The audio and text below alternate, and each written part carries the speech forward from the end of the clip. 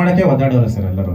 ಏನ್ ಮಾಡಿರ್ಬೋದು home of three ಅನ್ನೋದನ್ನ ಗೆಸ್ ಮಾಡಕ್ಕೆ ಸಿಕ್ಕಾಪಟ್ಟೆ ಒದ್ದಾಡಿದ್ದಾರೆ. ಇನ್ಫ್ಯಾಕ್ಟ್ ಇವತ್ತು ನೀವು ಕೋರ್ಟ್ ರೂಮ್ ಡ್ರಾಮಾ ಅಂತ ನಾನು ಮೈಕಲ್ ಹೇಳಿದ್ರು ಕೂಡ ಥಿಯೇಟರ್ ಕೂತ್ಕೊಂಡಾಗ ಅವ್ರು ಗೆಸ್ ಮಾಡಲ್ಲ.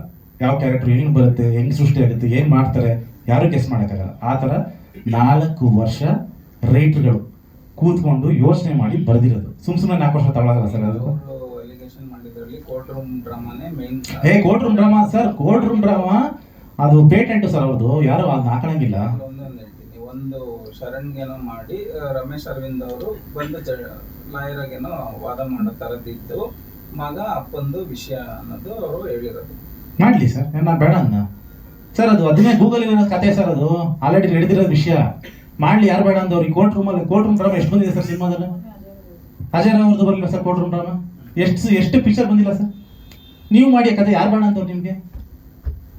ಈಗ ಸಪೋಸ್ ಈಗ ಆದ್ಮೇಲೆ ಈಗ ನಾನು ಲವ್ ಆಫ್ ತ್ರೀ ಆದ್ಮೇಲೆ ಆ ಸಿನಿಮಾ ಅವ್ರೇನೋ ರಿಲೀಸ್ ಮಾಡಿದ್ರೆ ನಾನೇನು ಕೇಳ್ತೀನಿ, ಯಾಕ್ರಿ ಕೋರ್ಟ್ ರೂಮ್ ಡ್ರಾಮಾ ನಾನೇನು ಪೇಟೆಂಟ್ ಇಟ್ಕೊಂಡಿದ್ದೀನ? ಈಗ ಲವ್ ಮಾಕ್ಟೆಲ್ ಫಿಲಮ್ ಅಲ್ಲಿ ಹೀರೋಯಿನ್ ಕ್ಯಾನ್ಸರ್ ಬಂದು ತೀರೋಗಿದ್ದಾರೆ ಅಲ್ವಾ ಸರ್, ವಿಧಿ ಮತ್ತೆ ತೀರೋಗಿದ್ದಾರೆ.